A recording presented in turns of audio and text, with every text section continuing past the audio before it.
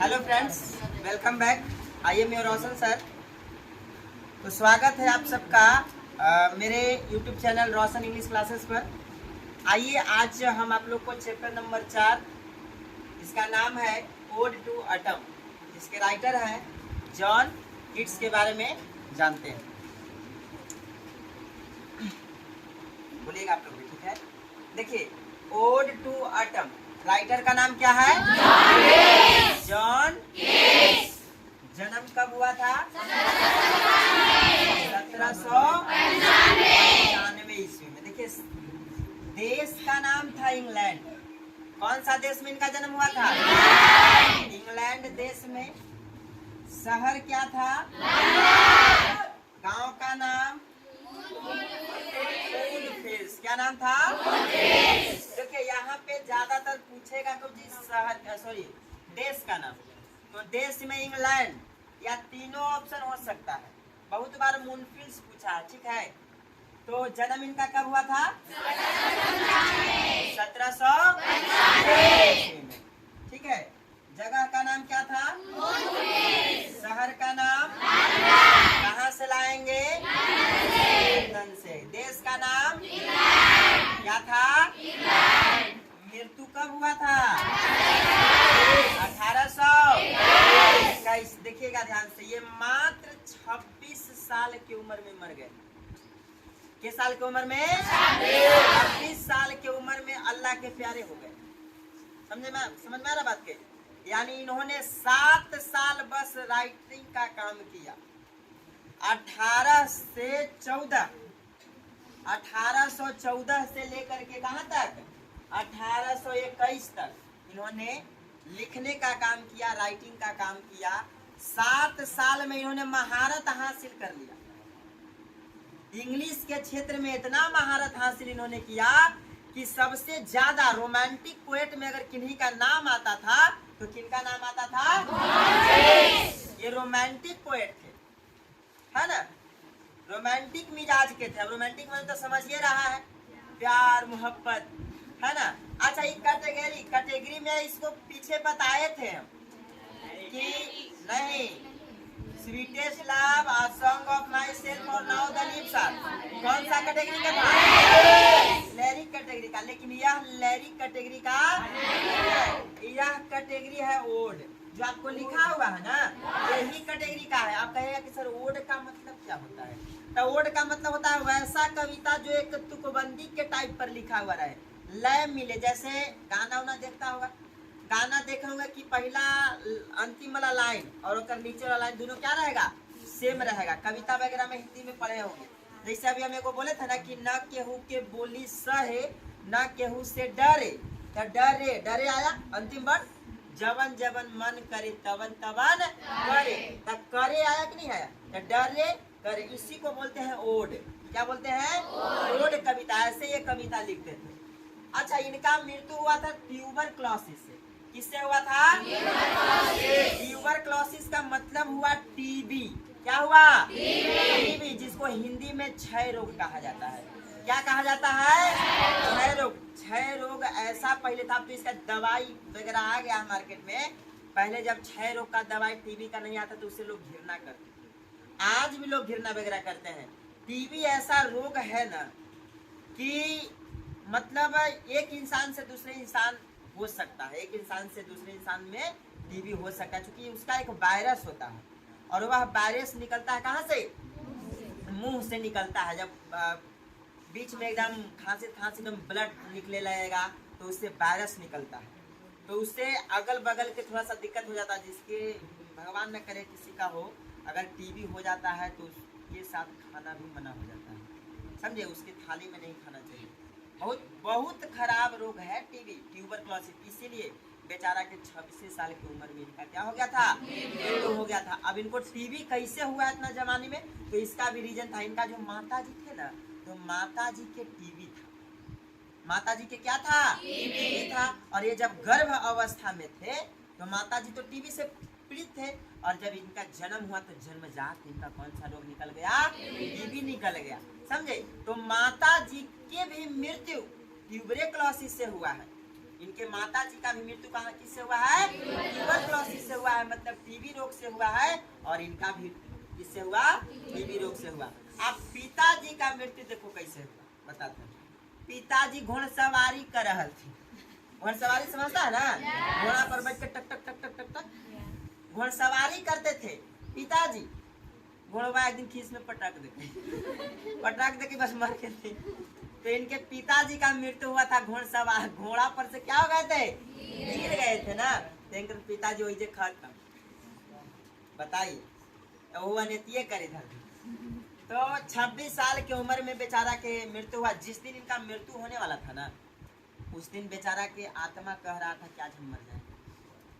अंदर से इनका कैसे हुआ? अचानक जो है ना, ये कविता लिख रहे थे, और कविता लिखते लिखते लिखते लिखते अचानक इनको खांसी हुआ। टीबी वाला क्या होता है? खांसी हुआ, और खांसी होते होते होते जो है ना, अंदर से ब्लड निकलने लगा। क्या निकलने लगा?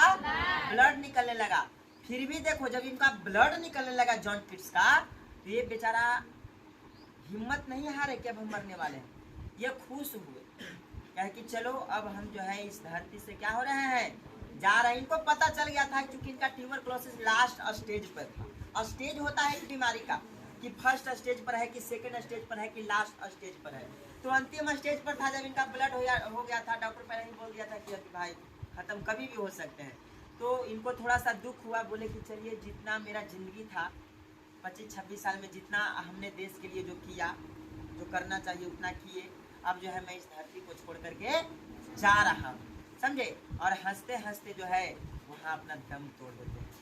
इतना बेहतरीन कवि ये थे जॉन किट्स, रोमांटिक पोएट थे। इनको मतलब मर रहे हैं फिर भी जो है एक हंसमुख मिजाज के हुए। तो इंसान के जिंदगी में हमेशा हंसते हुए रहना चाहिए, मुस्कुराते हुए रहना चाहिए। गम जो है ना, आज है कल नहीं रहेगा। कहा जाता है कि दिशा और दशा बदलता है। हर 10 साल पर इंसान की जिंदगी का दशा बदल जाता है। अगर आप 10 साल सुख में हैं तो 10 साल दुख में भी रहिएगा। ये टाइम है, समय किसी को नहीं छोड़ा है, समझे। फिर लेकिन कोई भी दुख हो, कोई भी खतरा हो, किसी भी मुसीबत हो, तो बहुत सारे लोग क्या करते हैं ना कि फांसी लगा लेते हैं, जहर खा लेते हैं, मतलब ऊब जाते हैं कि हम तो जिंदगी से ऊब गए। अरे भाई 84 करोड़ जीवन यापन कर जीवन लेने के बाद, जन्म लेने के बाद आप एक मानव रूप में आए हैं, तो कम से कम इसका कुछ फायदा निकालिए। और कुछ प्रॉब्लम की वजह से, कुछ टेंशन की वजह से इंसान जो है अपना आप को खो देता है। नहीं, ऐसा नहीं होना चाहिए। जिंदगी में चाहे जो आ जाए, इंसान को हमेशा मुस्कुराते हुए रहना चाहिए, खेलते हुए रहना चाहिए, जैसे जॉन किट्स थे, रोमांटिक पोएट। ठीक है, चलिए अब आगे कहते हैं कि one of the greatest of English romantic poet. तो यहाँ से भी आपका ऑब्जेक्टिव निकलेगा कि कैसा पोएट थे? रोमांटिक। जैसे इसके पहले हमने देखा कि मेटाफिजिकल पोएट, अमेरिकन पोएट, है ना। उसी तरह से पीपल्स पोएट, इंडिविजुअलिस्ट पोएट, उसी तरह से रोमांटिक पोएट। इंडिविजुअलिस्ट पोएट कौन थे? नहीं, WH ऑरेंज थे ना? नहीं सॉरी, वाल्ट विटमैन थे। मतलब इंडिविजुअलिस्ट का मतलब होता है व्यक्तिगत, क्या होता है, पर्सनल जो लिखता है उसी को बोलते हैं इंडिविजुअल, और विजुअल शब्द से इंडिविजुअलिस्ट बना है। आगे तो ये कैसा कवि थे? रोमांटिक पोएट्स थे। कैसा कवि थे? रोमांटिक पोएट थे। इन्होंने स्टडी किया, क्या किया? पढ़ाई किया। जैसे जॉन डन पढ़ाई किए थे ऑक्सफोर्ड यूनिवर्सिटी में, तो इन्होंने भी कौन सा कॉलेज में पढ़ाई किया? कौन सा स्कूल में पढ़ाई किया? तो क्लार्क स्कूल में। कौन सा स्कूल में? अच्छा, उस जगह का क्या नाम था जी? नाम था, क्या नाम था? अच्छा, इनको इंटरेस्ट था, आप लोग का भी कुछ न कुछ में इंटरेस्ट रहता होगा, गाना गोटी खेले में, लिटो खेले में। लड़कन के तो कहना नहीं है, पबजी लवर है वो सब, फ्री फायर लवर है ना। आगे कौन लवर? क्रिकेटर। अच्छा, चौवा छक्का मारे आता है, खाली छक्का बने आता है। तो इनको इंटरेस्ट था, क्या था जी? बोलो क्या था? इंटरेस्ट का तनी मनी था, डीपली, बहुत ज्यादा इंटरेस्ट था। कौची में? क्रिकेट लवर थे। एंड कौची में? हिसुम ढासुम में भी आगे थे। समझ गया? ढिसुम ढासुम ना बॉक्सिंग नहीं करता है, घर पे प्रैक्टिस करोगे तक क्या बांध दो ताकि कितना हम ढिसुम ढासुम कर रहे हैं ना ये। आगे तो कोची में इनको इंटरेस्ट था क्रिकेट एंड चल आगे। वोरेशियस रीडर, कोई वोरेशियस रीडर का मतलब होता है पेटू। वैसे वोरेशियस का मतलब क्या होता है? पेटू समझता है? पेटू का मतलब होता है कि कितना उसको दे देगा ना खाला तो ओकरा पेट नहीं भरता है, वो कहे कि आओ खाएंगे पेटू। लेकिन ये पेटू खाए वाला नहीं थे, ये पेटू थे कैसा? रीडर थे, पढ़े वाला थे। कि कितना पढ़ लेते थे ना तो इनको लगता था ना कि आओ पढ़े। जैसे हमने के खाए वाला जो पेटू रहे, पेटवन है ना, ढनकल चली जगह खाए ला तो रीडर थे, पेटू थे। खास करके ये ग्रीक के माइथोलॉजी जो प्राचीनतम बातें थी ना उसको ये पढ़ते थे बहुत ज्यादा, ग्रीक के माइथोलॉजी। इसलिए पूरा मैंने डिटेल्स लिख दिया है ताकि ऑब्जेक्टिव कहीं से पूछे, चुकना नहीं है। अच्छा, ही इवन स्टार्टेड, ये डायरेक्ट का कवि बन गए। इन्होंने पहले स्टार्ट किया कौची करने के लिए? पहले इन्होंने अनुवाद किया, ट्रांसलेट किया। एक कवि का नाम था वर्गिल। क्या नाम था? और वर्गिल की एक कविता था जिसका नाम था एनिड। क्या नाम था? तो इन्होंने वर्गिल्स एनिड के कविता को क्या किया? अपनी भाषा में ट्रांसलेट किया, यानी कि डायरेक्ट कविता लिखने चालू किया। उसके बाद हिज फर्स्ट एक्वांटेंस विथ स्पेंसर्स। अब देखो यह भी एक कवि का नाम है। स्पेंसर किसका नाम है? कवि का। तो इन्होंने जॉन कीट्स ने इन्हीं से प्रेरित हुआ। एक्वांटेंशन का मतलब क्या होता है? प्रेरित हुआ। जिससे नहीं होता है कि हम गायक बन रहे हैं तो गायक बन रहा था, कोई खेसारी लाल को फॉलो करता है, कोई पवन सिंह को फॉलो करता है, तो प्रेरित किसी न किसी से होता है। तो ये स्पेंसर से प्रेरित हुए थे और उनका एक कविता का नाम था फेरी क्यून। क्या कविता का नाम था? फेरी क्यून नाम था। चलिए आगे। हिज फर्स्ट पोएम, और इन्होंने पहला कविता लिखा जिसका नाम था lines in limitation. Lines in limitation कब इन्होंने पब्लिश किया था?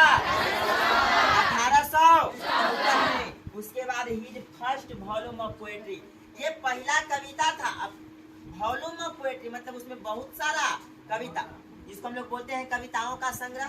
क्या बोलते हैं? कविताओं का संग्रह, जिसका टाइटल था, जैसे आप लोग पढ़ते हैं रेनबो। क्या पढ़ते हैं? तो उस किताब का क्या नाम था? पोएम्स नाम था, और जो कि पब्लिश कब हुआ था?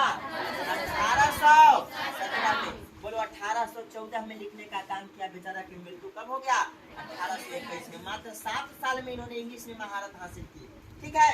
उसके बाद आइए हिज पोएम, और उनका आगे पोएम देखिए लिखा हुआ था इंडिमियन। इंडिमियन वाज अप्रिशिएटेड बाय वर्ड्सवर्थ, जो कि पब्लिश हुआ था 1818 ईस्वी में। मतलब समझिएगा, एक महान कवि का नाम यहाँ लिखा हुआ है। ये जो कवि देख रहे हैं ना, इसका पूरा नाम है विलियम वर्ड्सवर्थ। William Wordsworth. पहले 50 नंबर का भी इंग्लिश होता था, उसमें इनका एक ऐसा लिखा हुआ कविता था, बहुत दर्दनाक ये लिखे थे। बहुत नामी कवि है विलियम वर्ड्सवर्थ। इन्होंने अप्रिशिएटेड किया, और अप्रिशिएटेड का मतलब होता है बड़ाई करना। अप्रिशिएटेड का मतलब क्या करना? सराहना करना। तो किसको सराहना किया था इन्होंने? इंडिमियन की। बोलो जॉन कीट्स के कविता का नाम था कौची? इंडिमियन को कौन सराहना किए? वर्ड्सवर्थ।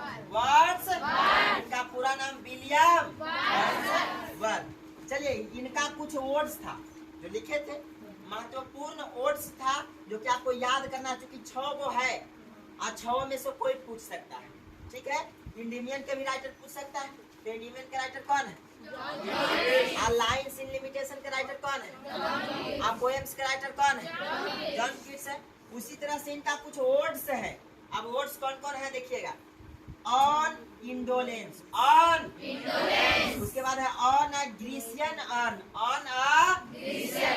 फिर है टू साइकी, फिर है टू अ नाइटिंगेल, उसके बाद है ऑन मेलनकॉली, फिर है ओड टू। बाबू यही लास्ट लिख करके बेचारा क्या हो गए, अल्लाह के प्यारे हो गए थे। ठीक है, और जो खास करके पूछता है, कविता का नाम था लैमिया। क्या नाम था? और एक कविता का नाम था हाइपेरियन। क्या नाम था? इसलिए नीचे लिखवाया गया है क्योंकि इसी से इनको इंग्लिश के क्षेत्र में महारत हासिल हुआ था। इंग्लिश लिटरेचर के क्षेत्र में क्या हासिल हुई थी? महारत। लैमिया एंड हाइपेरियन, लैमिया एंड हाइपेरियन, जिसके राइटर का नाम क्या है? जॉन। तो इस तरह से पूरा इंट्रोडक्शन क्या होता है? समाप्त होता है। अब एक बार पूरा पूछेंगे, सबको बोलना है। ठीक है, ठीक है।